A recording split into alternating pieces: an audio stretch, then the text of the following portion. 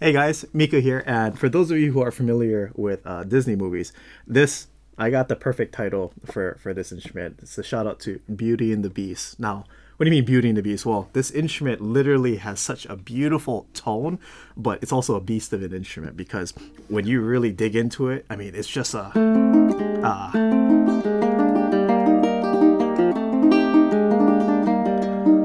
very aggressive sound, but at the same time,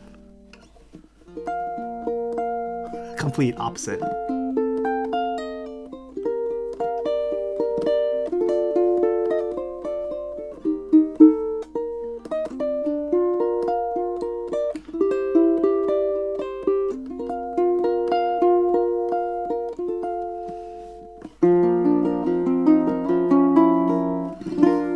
So this is the Beauty and the Beast ukulele. It's just absolutely phenomenal. I mean, before we started recording with this, I was just playing around, tuning it up, and playing it for myself, and I was just like, I kept closing my eyes and making some silly faces because like I was just playing some chords and some noodling with some songs on this, and it's just mind blowing like how ridiculously good this instrument sounds. And it's so versatile too, because if you have fingernails and you really dig into it and you play, within like an inch of the bridge right here, you get this very crassy kind of crazy kind of like just very beastly kind of sound, this nice little growl. But at the same time, you can get such a beautiful tone by going ahead and playing around the 15th fret, and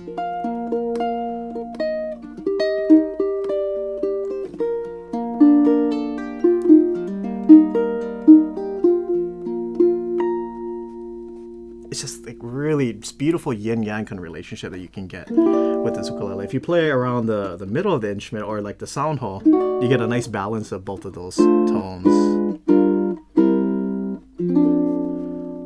So it's an incredible sounding instrument. But let me go ahead and talk about some of the aesthetics of this instrument. It's a really beautiful instrument. Really nice Port Orford cedar wood here on the front of the instrument, and then here on the sides and back, beautiful myrtle wood with nice streaks of the darker parts of the wood right here. Beautiful grain patterns that kind of turns into the center of the instrument. Really beautiful here on the sides, and just little details that scattered throughout this uke. We have these two little like sterling silver holes that's in the instrument, so it's filled with the sterling silver, or it has that kind of look. And then there's like literally a small little hole on both of these right here, along with the two side ports right there.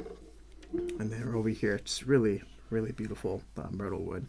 Here on the butt of the instrument right there, we have, I don't want to bang anything, but we have these two red lines along with two dots right here. That's kind of right here, and I think right there, and these two red lines right here. And the butt of the instrument also has like a slight point right here versus being nice and rounded. It has, as you can see right here, a nice little soft point that kind of meets at the bottom of the instrument. So again, just slight details that make it really interesting to look around and see what you're going to find on the instrument. Got this really nice arm bevel right here on the instrument that runs almost halfway down and then really all the way up here. So if I'm a classically trained musician, so if I hold my instrument at a 45-degree angle, I get to take advantage of that arm bevel right here. But if I go ahead, if I want to hold the instrument like this and I'm holding it towards my body, I'm still able to take advantage of that arm bevel, and I can do whatever I want to do. So nice little detail over here. The rosette is beautiful too, with that myrtle here on this side, and just kind of this abstract design with the red and black purflings that kind of run on this side. Again, two more of those little tiny holes with like that little silver right here on the inside with the drill out with the holes, and then more of that kind of like white wood purfling that kind of has it's on the bottom of the rosette right here. So really nice, simple, and elegant kind of look around the rosette. And then it's binded with beautiful Macassar ebony that just really aesthetically matches the color of the Port Orford cedar as well as the myrtle wood. So here on the back and on the front binding. And then we have Macassar ebony here on the bridge. But take a look at this Macassar ebony as well here on the fretboard, and it has that satin finish. So when you look at it, the colors is really striking, especially in the light of this room. When I was looking at it at first, I was like, wow, what is this? This is like so like, oh, it's Macassar ebony. It's like, what? This, like, I played a lot of instruments and just don't really see this kind of color. It's really light brown color with the Macassar ebony, so it's very beautiful with it on the fretboard like that. And even on this headstock, just really really nice with the Lone Tree logo right here. And then we have more of that myrtle on the back plate with some nice silver, gold, and black gear tuners here on the back of the instrument. And then open poured satin finish mahogany neck right here. And then a radius fretboard as well as your fret markers here on the back of the instrument. So on 3, 5, 7, 10, double on 12, and then even right here on fret 15 and 17. So very beautiful, woody, aesthetic looking instrument. But again, going back to the sound of this instrument is like,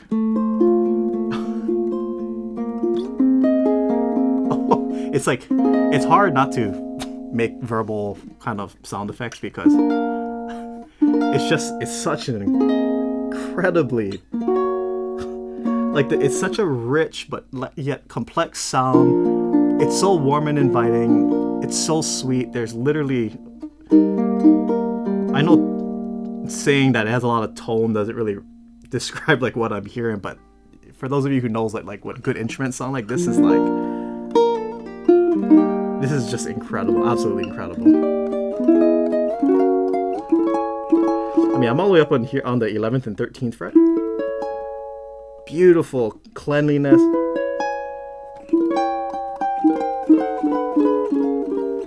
Just clean all the way down.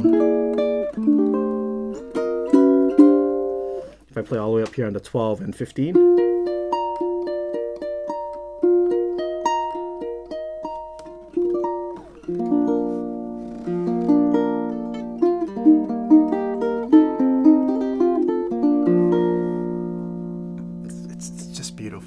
Now, quick little note that the tuning of this instrument is in the B flat tuning. So all that means is that if I were to take a capo and I were to capo the second fret of the instrument, this would be your standard tuning. So essentially you're tuning a whole step down. So this G turns into an F, this C turns into a B flat, this E turns into a D, and then this A turns into a G.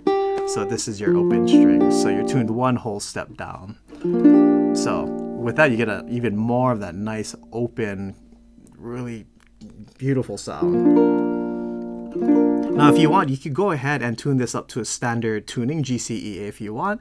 This ukulele, because it has an 18-inch scale length, it's kind of like a hybrid between the tenor and the baritone 19-inch and the tenor 17.25 inch.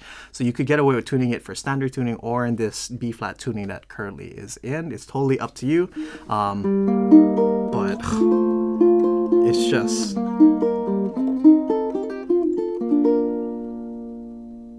ear candy. So let me go ahead and play this uninterrupted with a sound sample.